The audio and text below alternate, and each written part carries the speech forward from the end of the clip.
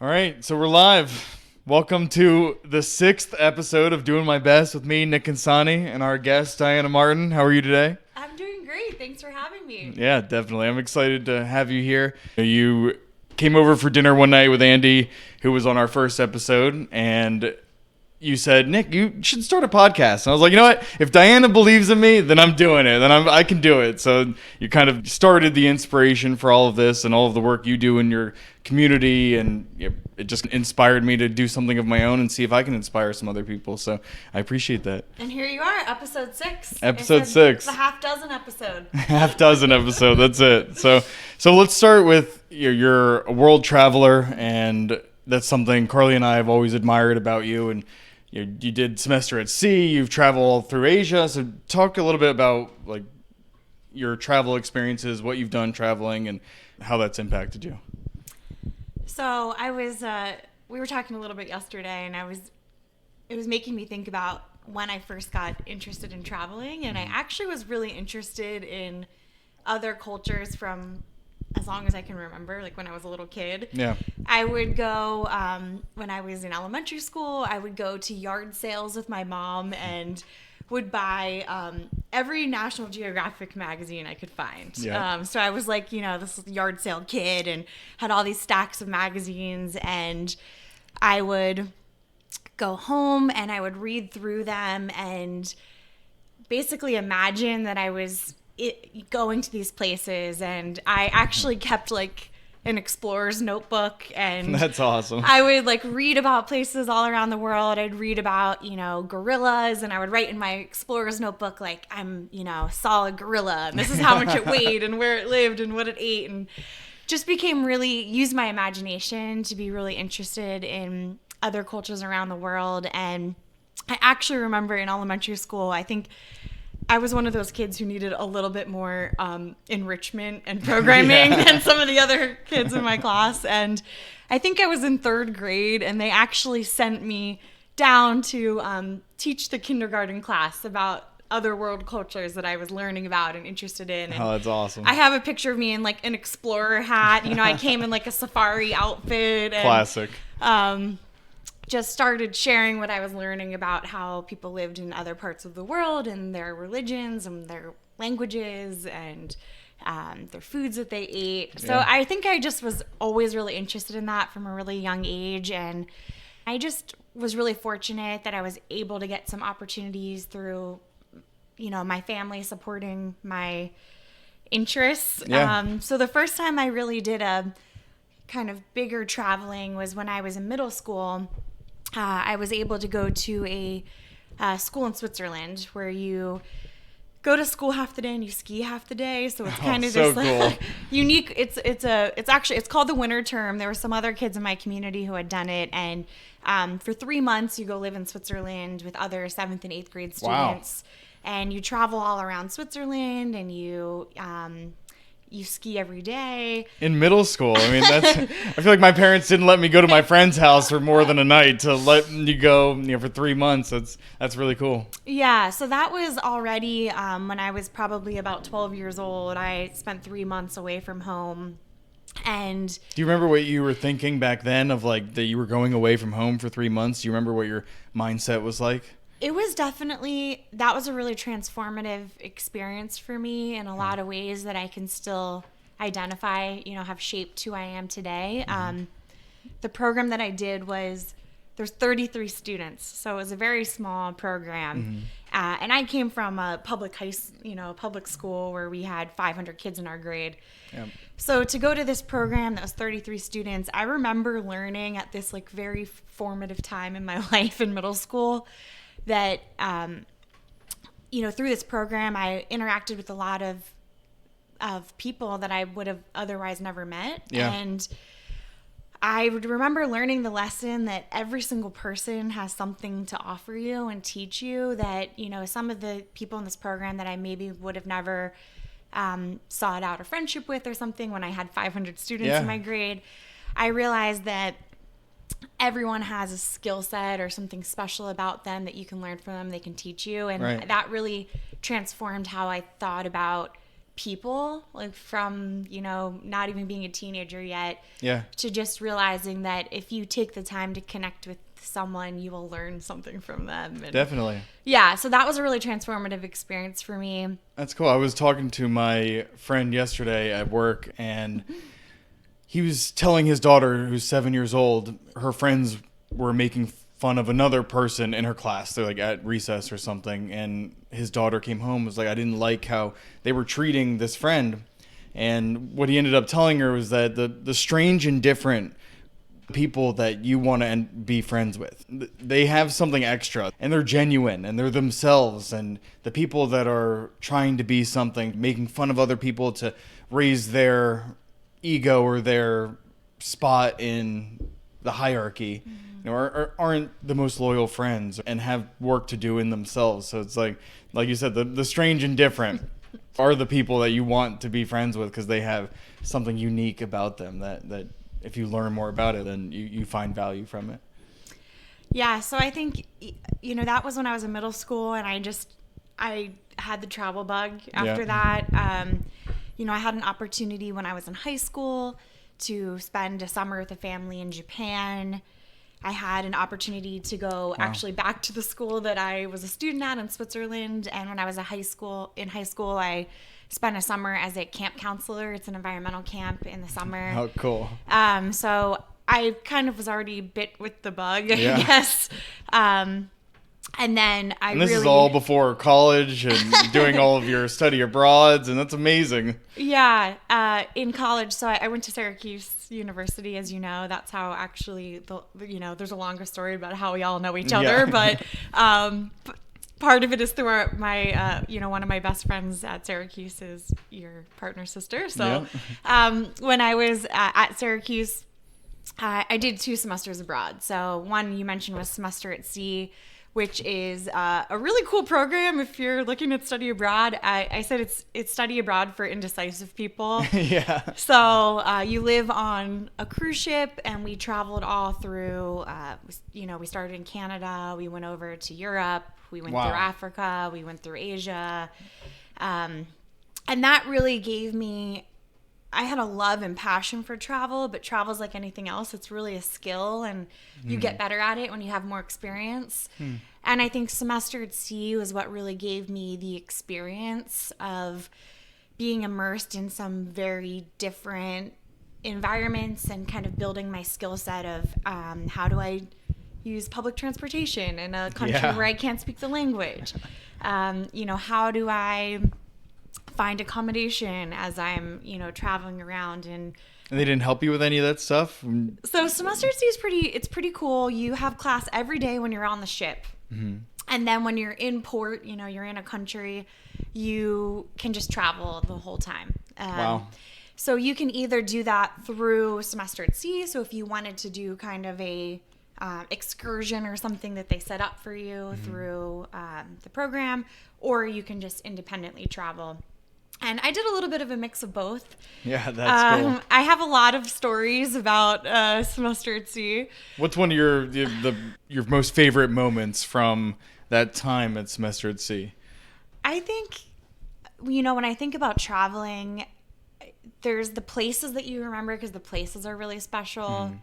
There's the people that you remember because the people are really special. And then there's the experiences that you remember because you had a really unique experience. I think any of those things can make a place memorable. And I'll give you a story from semester at sea of, I feel like when you travel, it restores your faith in humanity in so many ways, because the reality is you often have to rely on other people to help you. It's true. And I'll give an example. So on semester at sea, one of the countries that we docked in was Japan. And we arrived in one port in Japan. It's Yokohama. And then the ship was sailing to another port, which is Kobe.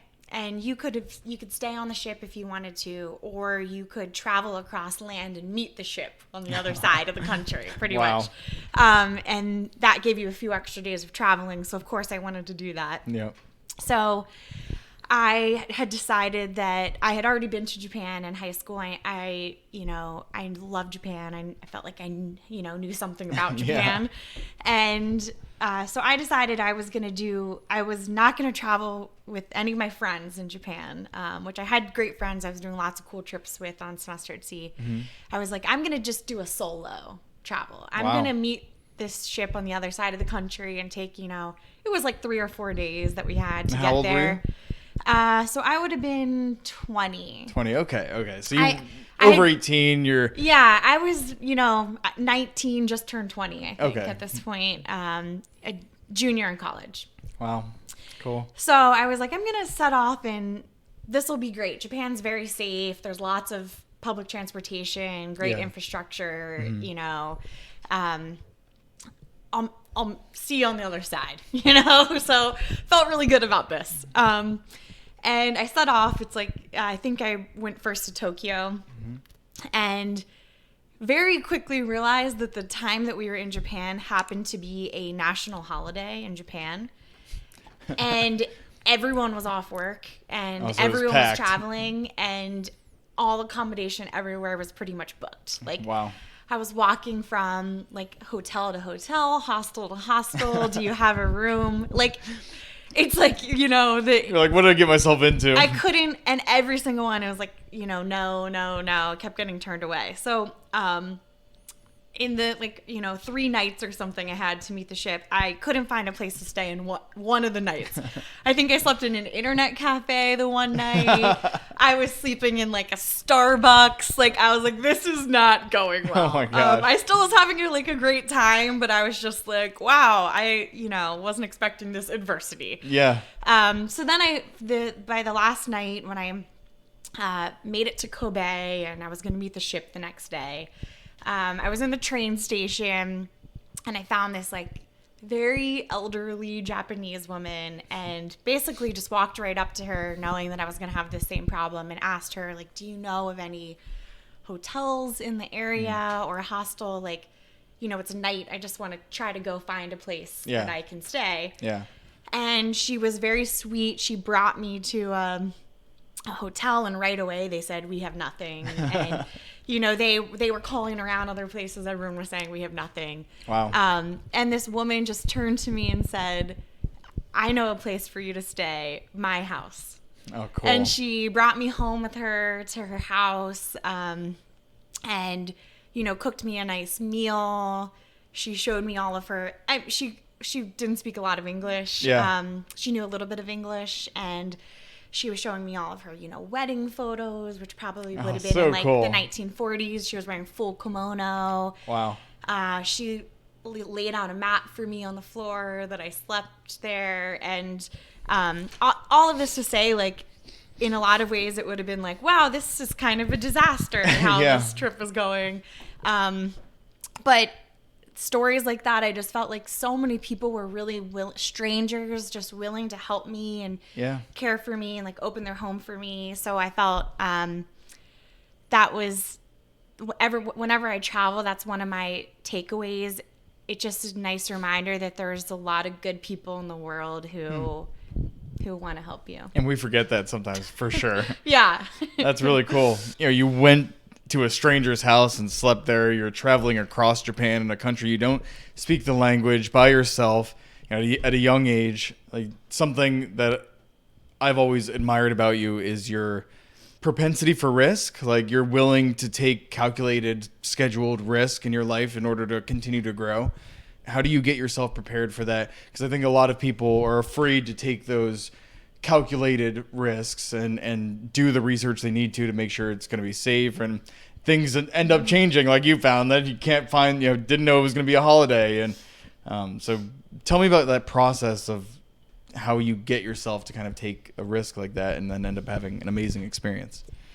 I think there's a lot of, I sort of was giving these examples of how these experiences were building off of each other when doing something for a few months when I was younger, and then with a little bit more risk and independence in college. I sort of took it then to the next level of after I was out of college, I was working for a couple years, and decided to quit my first job and that I was going to do an around the world backpacking trip. So this is when I was, I guess, probably about 25 years old. So is this before Rodale? I guess Yeah, okay, right. before. So this is I had done my first job out of college. I worked at the community foundation, like a local foundation that supports nonprofits in our area. I'd been there about 3.5 years.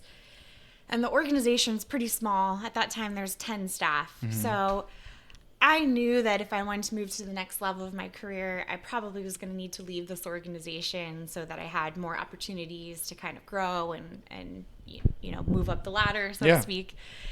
So when I made that decision, I decided, well, let me quit my job, and I'm going to do, before I start something new, I'm going to do a 6-month around the world backpacking trip. And I did something that you can do, which is I bought an around the world plane ticket, which is something that nobody knows about, I feel like. I had no idea that but was it's a thing. Yeah, it's a thing. Bought an around the world plane ticket, and you basically have to use it in a year, and you have to be moving in the same direction. Those are kind of like the two big picture rules of the around the world plane ticket. So this was really the first time that I was setting off totally on my own in like a really big open-ended adventure. So I knew where I plotted my, route that I wanted to do. I started in New Zealand and Australia. You started in New Zealand, so you had to fly from here to there first. Is that where it starts? Is like do all around the world? No, you can really set your own. I flew to California and then from there to New Zealand, Australia. I learned a lesson from when I did Semester at Sea.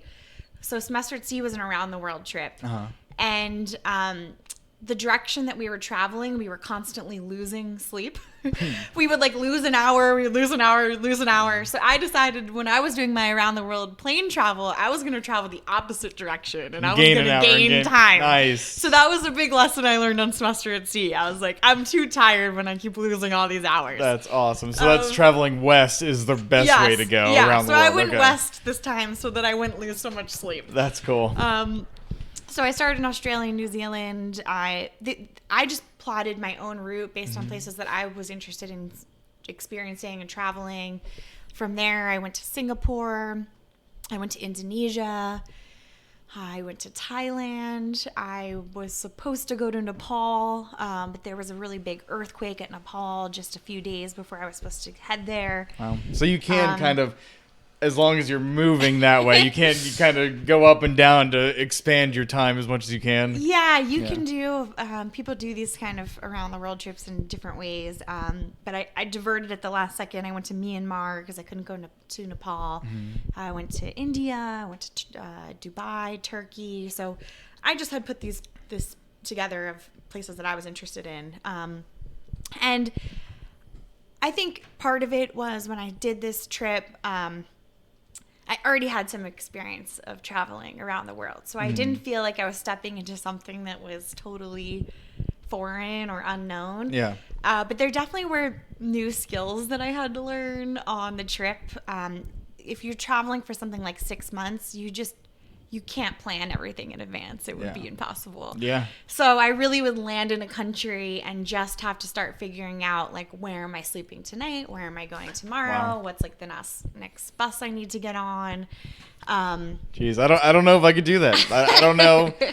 I like making plans. One of my favorite things in the world is when a plan comes together. Just that feeling of like I planned this all out and it all worked out. It's like I need that constant schedule, even for like tonight we're going to the Flyers game. It's like I need to know what time we're leaving so I can prep myself and get ready. And so continue. I don't know how I could do that. Yeah, I think one thing I've found with traveling is sometimes when you set the expectation so high, if you already know exactly what you want something to look like, you end up being disappointed.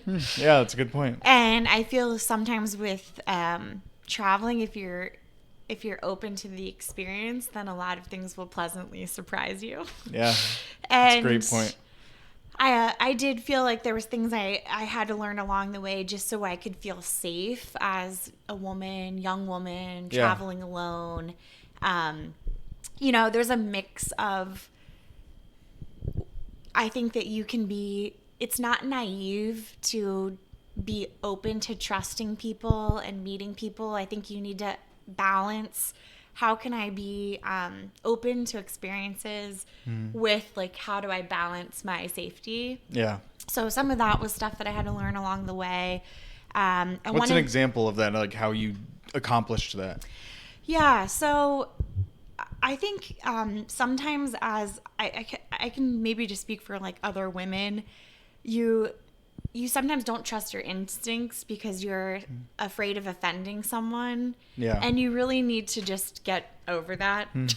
And for example, when I got to India, at the time I got into India, there had been a number of kind of high profile stories in the news of female tourists traveling alone and experiencing sexual violence. Yeah. And I was very aware of that, and I just wanted to make sure I was safe when I was there. Definitely.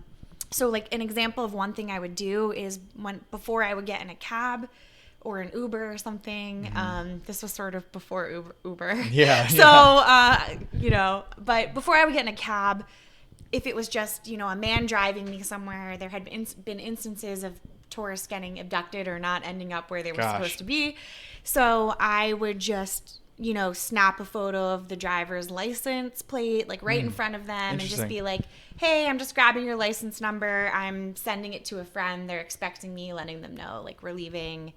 Yeah. And something like that maybe makes you feel uncomfortable because you're like, I don't want to offend this person. I don't know this person. This person's probably perfectly safe. Yeah. But I just need to do things so that I feel more comfortable with my safety. Yeah, so you're exactly right. I'm going to go ahead and be like, a lot of it, honestly, like, it was always for show. Like, I was alone in India. Yeah. Like, I wasn't sending it to anyone. Yeah. But I was, I'd take a picture of the license plate and be like, I'm sending this to a friend who's expecting me. Yeah. And, just things like that I felt like helped ensure that my safety was being met at the same time of, like, being able to experience the world. So Yeah. That's definitely one of the top fears would be safety, right? And I know a lot of people who have travel anxiety, for lack of a better word, and I think I did myself a little bit too when traveling for work, and just, did I remember everything? The flight's going to be long. What am I going to do on the flight? What was the longest flight that you took in your around the world trip? I think the longest one would have been the California to New Zealand. Yeah, the first one. Yeah, that's a long flight. Yeah. But it was so worthwhile. I ended up spending 3 weeks in New Zealand and 3 weeks in Australia. New Zealand is really both countries, but New Zealand is one of the most incredible places to travel in the world if you're interested in biodiversity and unique environmental landscapes. In New Zealand, you can travel to, sounds. They have glaciers. They have incredible beaches, glaciers there? Lakes. Wow. Yeah, there's just a lot of biodiversity in a pretty compact country. So that's an amazing place to travel. That's cool. What was your favorite environmental experience you had there? Was there something that stuck out? They're kind of along those lines. In New Zealand, there's actually glowworms. So there's these certain caves that a lot of people travel to, and cool. You're in a cave. You can actually kayak through these caves, and rather than the water be glowing, you look up and all the caves surrounding you are glowing because it's actually awesome. These worms that are bioluminescent, which is pretty neat. Yeah, I love that stuff. I always love a science excursion on our trips. It's like I always try to do one science excursion. Yeah, that's really neat. And then when I was in Australia, one of the highlights for me there was I traveled to the Daintree rainforest, which is basically where the coral reef meets the rainforest in this area. It's called the Daintree rainforest, and it's another place. It's wild. I can't even think. I wish I could remember what these birds are called right now. But there's birds that are as tall as humans that will are like super violent that you could come across in the rainforest. There's Wow. crocodiles there. There's sea turtles. And this is the Great Barrier Reef. So when I was there, I was able to go out. I actually went scuba diving in the Great Barrier Reef, so I got to see it up close. And I went up on a helicopter ride, so I could kind of see it all from above. And I'm really passionate about environmental issues and sustainability. And I do think it's another thing that if you travel a lot, you realize, one, how kind of precious and unique this earth is that we've been given. And you see these magnificent places that in your heart that we need to preserve. And you also get to see firsthand the destruction that a lot of these places are experiencing. I mean, the coral reefs are such a good example. As we're facing warming temperatures, the oceans are warming. We're seeing a lot of bleaching of the reef, and the reef is like the lungs of the ocean and the lifeblood of the ocean. So seeing some of these places up close and personal, experiencing them would make anyone, I think, care about environmental issues. Sometimes you read a lot about climate change and you hear it on the news, and that kind of doom and gloom doesn't always inspire people to do something about it and get involved. It's a great point. So I think like getting more people into the outdoors, people need to experience a place before they can actually care about it and want to do something to preserve it. Yeah, definitely. Cool. So it's a great segue into kind of the next topic about your education, your passion and stuff. And, like you said, you are extremely passionate about environmental issues, and that's what you've now studied and gotten 2 MBAs or 3 or something now in all of these degrees that are helping other people, helping our planet. So give me an idea of how, like, when you came back to Lancaster, when you now you've traveled the world, you come back to Lancaster, what did you learn from those trips that made you passionate about doing environmental studies? Yeah. So when I first got back to Lancaster after doing my kind of, backpacking around the world trip, I was definitely in a little bit of a transition time trying to figure out what's my next step. If anyone's been in that transition time, looking back, you're always like, wow, I really wish I would have enjoyed that time when I wasn't when I wasn't working every day and I had freedom to explore things. But you're also kind of, you don't have it all figured out, and you're kind of thinking like, what's my future gonna look like? So it's a little, you're kind of in a mixed bag at that stage. But I was trying to figure out what my next step was gonna look like. So what I did at this time was something called woofing. Woofing. It's not like The Office where woof, where you get a notification from all your different systems. Not that. No. So woof, it's an acronym. I think they've changed it a little bit. I think it stands for Worldwide Opportunities on Organic Farms. Oh, wow. So it's something that you can do anywhere in the country and really anywhere around the world, where you can work on an organic farm. Basically, you provide labor and exchange. They feed you and house you, and you can kind of get this farm experience. Yeah, cool. So when I first came back, I decided I was going to try some woofing. And I went up and I worked on a farm in Vermont, in Middlebury, Vermont. And this was really my first experience with agriculture, which...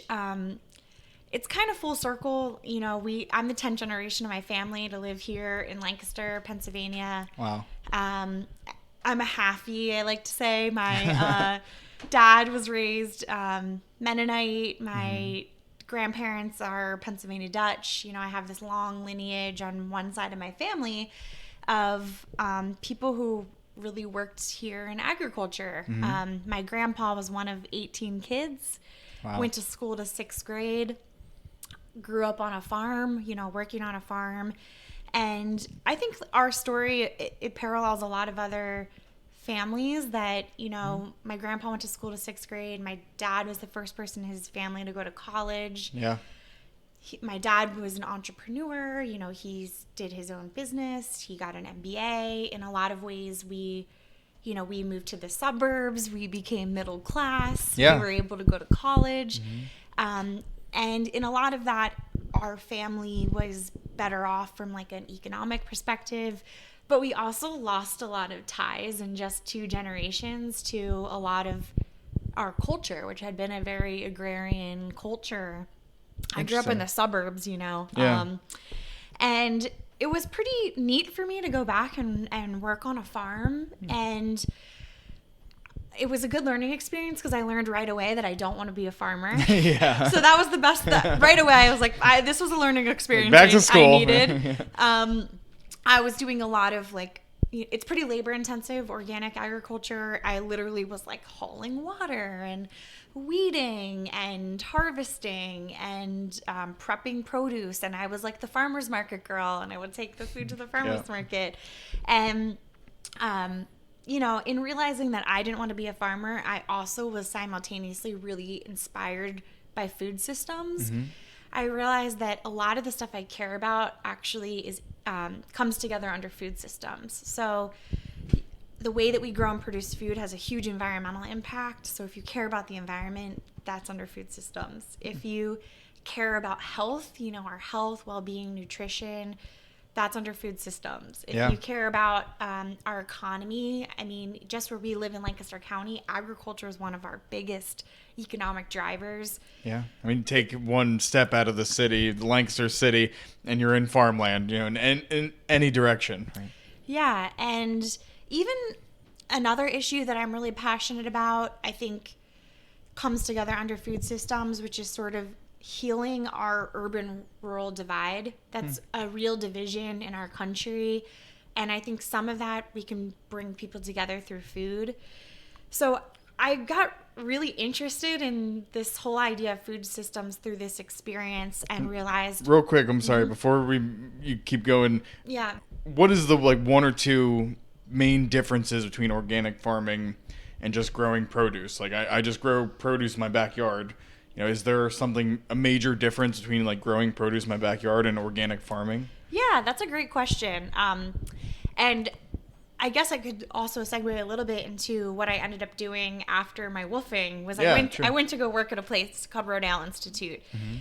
So that kind of led me to realizing that my skill set is more in communications and marketing. I studied journalism at Syracuse. I figured the best way I can support the good food movement is probably not to pick carrots. I'm not very skilled at this. But why don't I go work in the things that I like doing, which are storytelling, bringing people together, doing education. So I went to work at a place called Rodale Institute, which is actually the birthplace of the organic movement. Wow. It's headquartered here in Pennsylvania. They started talking about organic agriculture back in the 1940s. Wow. And so they were the first people to kind of talk about that movement? Yeah, so the founder is a guy named J.I. Rodale. He basically coined the term organic. Really? And he wrote on a chalkboard, in the 1940s, he wrote healthy soil equals healthy food equals healthy people. And that's kind of the mantra of the Rodale Institute. And I was able to work there for about 6 years as the director of communications and marketing. So that's where I know a lot about organic, so we can talk all we want about organic. But I did spend quite some time there. And so organic now, there's kind of the philosophy behind organic, and then there's the really technical, legal marketing aspect of organic. The philosophy behind organic agriculture is, how do we farm in a way that builds soil health? It really starts with the soil, and soil is something that I didn't care about at all until I got into this area. You just think it's, it's dirt. It's dirt. It's all around you. You plant something in the ground, it's the same dirt. Yeah. And I learned so much about soil, and I'm a big soil nerd now. But yeah, the soil is actually alive. So in 1 teaspoon of healthy soil, there's more living things than there are people on the planet. So wow.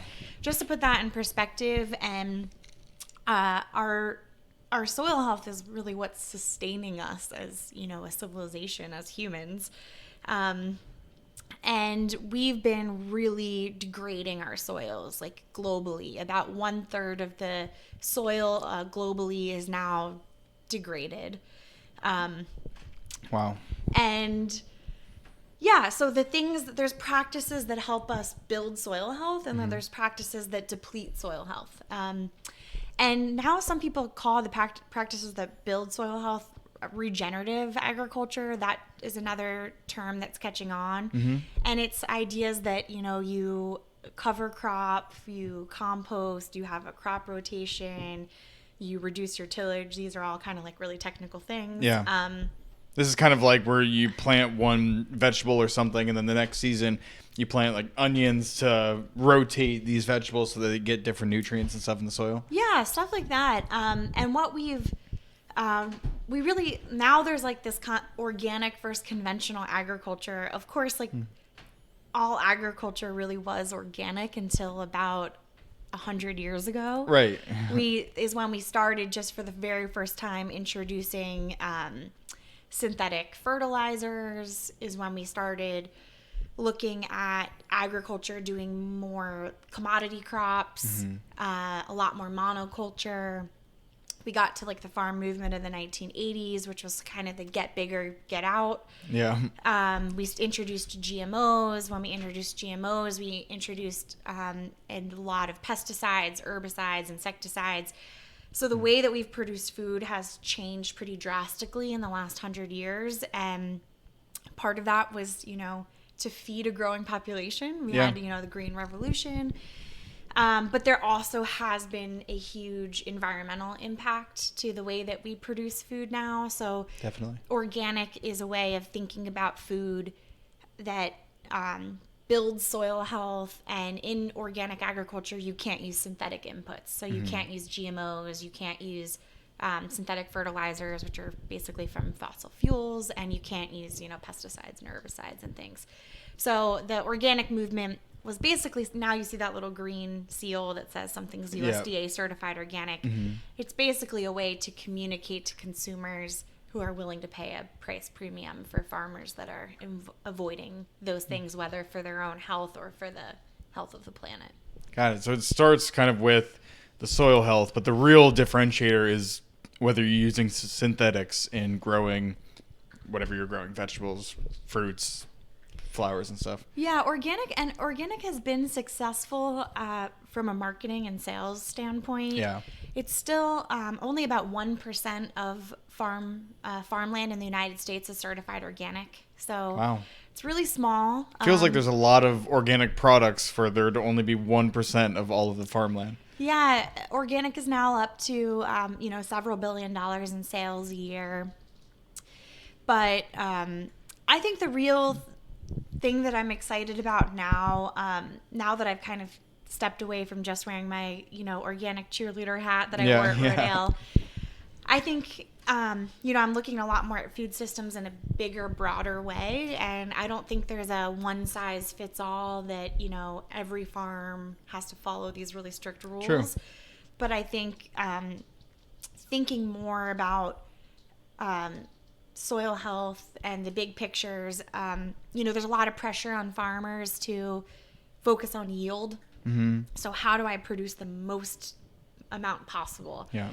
How do I get to 280 bushels of corn per acre? Mm-hmm. And I think that is not a good measure for any business. Mm-hmm. Look at how your business can be the most profitable, which is not actually always producing the highest amount. Yeah. And maybe we should be measuring agriculture not by yield, but how are you producing the most nutrient-dense food or profitable food? What's the environmental impact? So I think that there's just more questions that we need to ask ourselves when we think about what the success of growing food in our country looks like. Yeah, that makes sense. And your degree in sustainable food systems, you're now at Hourglass, where you're doing all of these forums, and Carly and I went to one of them with Giant, where they were talking about food availability and how they get, like you said, more nutrient dense foods into their communities and the places that don't have access to those foods. So talk a little bit about now how you're impacting the community at Hourglass and what your work at Hourglass is doing. Yeah, and I guess I didn't really mention this, but I am in graduate school, which was Yeah. so I did my undergraduate at Syracuse, like I talked about, and about 3 years ago, I started a graduate program, which I'm still in. I have 2 classes left, So close. I'm finishing up, but I am doing a program at Prescott College, which is out in Arizona. I go online, and I'm doing a dual degree program, so I'm getting an MBA in sustainable leadership. So, focused on how do we have more businesses with the triple bottom line, people, planet, profit. And then the other side of that is a master's in sustainable food systems. So it's been an interesting mix of classes. I'll take classes on agriculture policy or environmental law or food justice. At the same time, I'm taking classes on like accounting and ecological economics, Wow. financial decision making. So kind of bringing those 2 worlds together. Yeah. Which is what we need. I mean, that's so cool that you're doing that. I feel like that's kind of futuristic in that community, that there aren't people that are combining both of those learnings together to kind of create a community of sustainable businesses that are also helping the community, right? There's 2 sides of it. It's like you're growing the profit, the revenue of our community and making it, bringing in new green companies, as well as helping community, sectors of the community that don't have access to healthy foods or nutrient dense foods like you talked about. That's really cool. Yeah, I've spent the last about 15 years or so working in nonprofit. So I started journalism at Syracuse and right away decided that I don't think I can live in New York City as a production assistant for Vogue and make $30,000 a year. Yeah. So that's not happening. And work 18 hours a day. Yeah, right away when I came out, I ended up working in a nonprofit and just using that to tell stories and get people connected to causes. And but after working the last 15 years in nonprofit, I love the nonprofit sector. I can kind of talk all day about, especially here locally in Lancaster, what the nonprofit sector is doing. I think it's work that I'm really proud to be part of. Definitely. I also feel like we can't solve our systemic and societal problems just in nonprofit. So I feel really passionately that the business community needs to play a really active role in some of our greatest challenges. And that's where, I was trying to get more experience for myself so I could better understand the ways that these other sectors, government, business, nonprofit, all can be part of the solution. A lot of people might be familiar with that term. If you're not familiar with that term, that's fine. It's environmental social governance. So a lot of businesses now have ESG teams, which are doing, the goal of an ESG team is really to move beyond just greenwashing, where you can do something nice and take a bunch of pictures and put it on your marketing materials and say, like, we did this great thing. Yeah. An ESG team is really, or an ESG strategy for a company is really putting on paper what are our environmental goals, what are our, social and governance goals, how are we tracking them, what's our strategy to get where we want to go, and how are we reporting to our stakeholders on what our company's doing. So it might look like things like, we want to lower our greenhouse gas emissions or our water usage or our carbon footprint or food waste at a company. It might look like things like, how do we serve the communities that we work in? And it might look like things within your own company. How do we make our company safer for our employees? How do we have more professional development opportunities? How do we have better health and nutrition around, it's kind of unique to your company. So not just environmental impacts, like the way our company impacts us. That's really cool.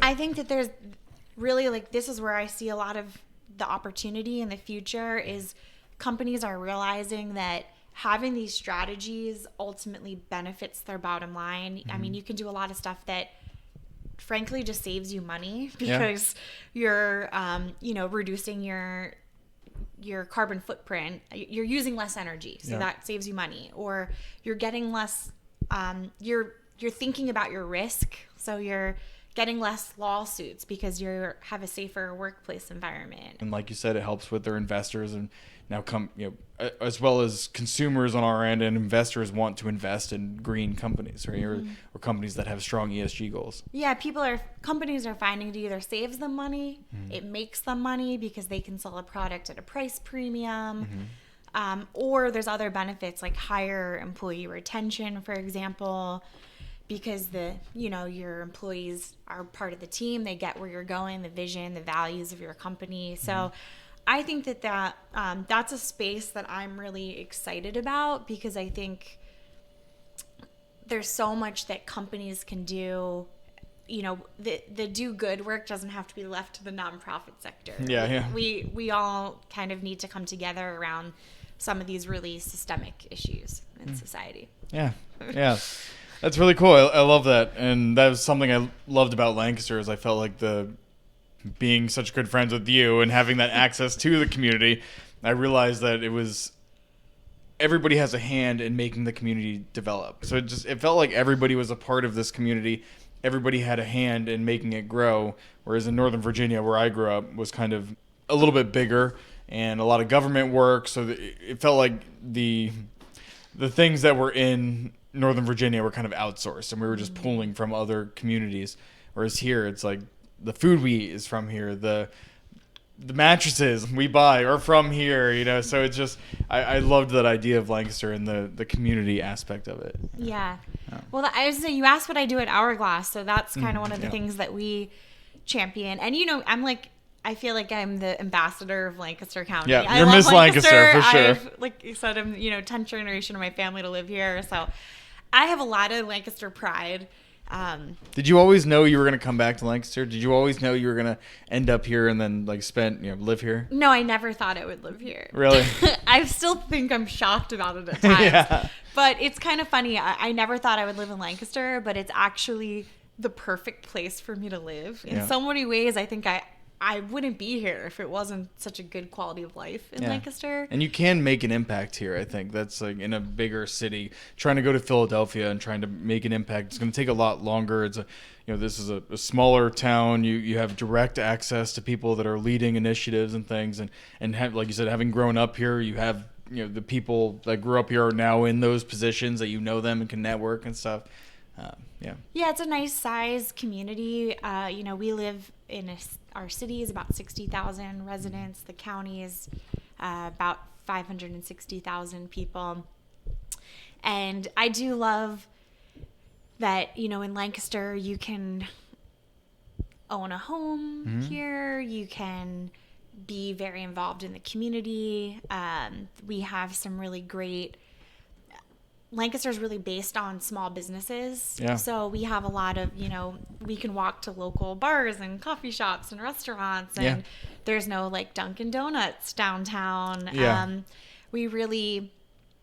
I think there is a high quality of life because we have so many small business owners in our community. And definitely. You can be out in the woods here, you can be in the farmland, you can be in the city, you can jump on the Amtrak and be in Philly or New York. So there's a lot of great things about our community. But for me, my favorite part is I feel like there's so much to do. We have a lot of great arts and culture. But I can also walk to the farmer's market and run into 5 or 6 people that I know. So I still feel that there's a lot of opportunity here, but you're still in community. Yeah. Quick sponsor from Lancaster. Move to Lancaster. That was our ad for Lancaster. So come join us here. Yeah. Yeah. Like I said, I love it here, and there's so much to do. And like my dad and I talked about, we never want to say this is our final spot or I'm not going to live anywhere else. But now I feel like I can't leave Lancaster. I love it so much. I've developed so many good friends, and I'm starting to get involved in the community. And so it's now I can't leave. Yeah. But that's what we do at Hourglass. So now I'm serving as the executive director of a small nonprofit here in Lancaster. It's called Hourglass, and we really focus. We're basically a think tank for important issues that impact our community. So a lot of the ways that we do that, we bring in a lot of speakers. We have forums every month here downtown. We have some of our own, digital print publications. And all of those things are online that people can check out, yeah, right? you can go to hourglasslancaster.org. You can check it all out. It's all free. You can access all the materials that we put out. But yeah, a lot of it, what we focus on is how do we keep Lancaster County a unique place to live? How do we keep it a place that people want to live and work? We are one of the fastest growing areas of Pennsylvania. And with that comes, again, challenges and opportunities. A lot of thought has to go into how we want to grow so that Lancaster can look the way we want it to in the future. So a lot of that is, we've been focusing on things like how do we preserve farmland? How do we preserve our natural lands? How do we make sure our city, which is kind of the hub and lifeblood of our community, is thriving? How do we make sure we have high quality schools? How are we going to have the housing that we need to support our workforce? How do we have the transportation that we need so we're not inundated by traffic and sprawl? So we think about a lot of these kind of big picture issues and try to connect the dots and make sure our community is really proactively dialoguing, planning, thinking innovatively about how we're going to address the issues of the future. Yeah. Who is doing, Hourglass talks about all this stuff, brings in these important people. You find out, okay, these are the 3 action items that kind of we need to go do in the community. Who's doing the action item stuff? Who's actually doing or leading the action items that need to happen in the community? Lancaster, we're kind of fortunate because our community is so engaged. Like sometimes we joke that we have a nonprofit for everything in Lancaster. Like if you name a topic, I could probably tell you either a coalition or a nonprofit or organization that's spearheading it. Some of the big ones in the work that we do at Hourglass, we have Lancaster Farmland Trust. Lancaster County is #1 in the nation for farmland preservation. We actually have the most preserved farmland of any county. Wow. So they have championed a lot of that work. The Lancaster Conservancy is doing a lot to preserve our natural lands. Because these things are sometimes a little bit in conflict with each other because we have so much farming. We don't have the amount of woods that would normally exist here in Pennsylvania. Pennsylvania means Penn's Woods. This would have all been, woods. Well, we are the city of trees too, right? Like we do have trees in the city. Yeah. So we, Lancaster Conservancy is doing a lot to preserve our natural lands. There's a coalition called Lancaster Clean Water Partners. Pennsylvania has more miles of rivers and streams than any other state in the country, and we have a lot of impaired waterways. They're really heading that work. But if you pick any topic, there's Lancaster County Planning. We have a planning coalition that thinks about issues like where should we grow and build housing. Really, if you think about any particular issue, there's some really strong leaders, I think, who are making it happen. That's awesome. And so for people not in Lancaster or people in Lancaster, how can the layman like me get involved in all of these things that are going on? Yeah, that's a great question. If you're local and you're not really sure where to start, one great place is the United Way of Lancaster County. They're sort of a clearinghouse of a lot of different social service agencies. United Way. They host some volunteer events. You can donate to something that I helped start when I was at the Community Foundation, which is, we do a huge giving day here every year in Lancaster called the Extraordinary Give. I helped run that the first couple years of the Extraordinary Give. That event now has raised over $100 million for Lancaster County nonprofits. But that event, Snaps for Diana. in November every year. Usually there's close to 500 nonprofit organizations that participate. So that's kind of a great way to find out about a lot of organizations. There's also something called Leadership Lancaster here in Lancaster County that it's a great way for people who want to just get a better idea of what's going on in the county and figure out where they want to plug in. So those are some kind of just bigger areas. And then, of course, if there's a certain area that you're passionate about, you can kind of zoom in. For example, if you want to work with the youth, there's Boys and Girls Club or the Mix here downtown, or Benchmark that, does weightlifting with high risk youth, and you can mentor them. Oh, cool. So if there's kind of different areas that you're passionate about, you can always zoom into that topic. Yeah, I'm just writing these down so I can leave some links in the description for all those. That's really cool. I'll make sure to put those links in the description for everybody as well. And I'm sure they have those same types of communities all over the U.S., right? I mean, that's especially Boys and Girls Club, I know isn't specific just to Lancaster. Yeah, I think that if whatever you're passionate about, there's ways to get involved. And I think, one of the things we're seeing right now in the U.S. is a mental health epidemic. And definitely part of that is because people are craving connection and community. And there's a lot of people who are really lonely, and some of that comes from the technology, how we work today. So I think if you're craving connection and community, one great way to do that is to find something you're passionate about and volunteer time. You'll meet a lot of like-minded people, and I think it helps give you a lot of purpose. That's a great point. That was like what Andy said in the first episode. You need three things. You need home, work, home, and a third place. That's something where you get that fulfillment, right? And that's what I've kind of tried to do with this podcast, and now going out into the community and trying to do more things is to get that fulfillment, because I think that's what drives me. It's what continues to make me feel gratitude about all the blessings I have in my life. And so definitely highly recommend getting out, finding something that fulfills you, and just going, both feet in, right? And just going for it. So we're close to the end of time here. What gives you hope about the future? Sustainability, maybe like we talked about, all of the great work you're doing. What gives you hope about the future? What are you excited about? I just got back from a trip to Costa Rica I took with my mom, and I met a couple college kids on this trip who actually were studying environmental issues and like way smarter than me and doing all this really cool work. And they actually asked me, I had a really good conversation with them, and I was telling them about the work that I've been doing, and they asked me, "Are you hopeful for the future?"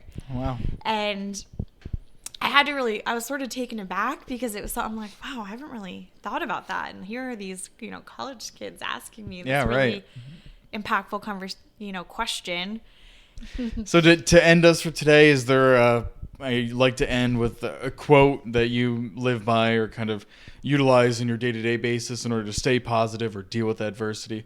Is there a quote that you keep in mind? I think to sort of bring it full circle, because we were talking about all these, international travels, and then the work that I do here in Lancaster. I think, everyone's seen that quote that if you want to change the world, you have to start in your own backyard. Yeah. And I think that's really the mentality that I've taken. I feel like I am a global citizen, but the reality is, when you look at all the problems in the world, it's too overwhelming. Yeah. It's too much. But if you start in your own community with the people's lives that you can really impact, the people you're seeing on a day-to-day basis, get your hands dirty, you can make a difference and see tangible impact. So, and I think that's just something that's more approachable for most people. So I 100%. Think just, be a global citizen, but start in your backyard with the difference that you want to see.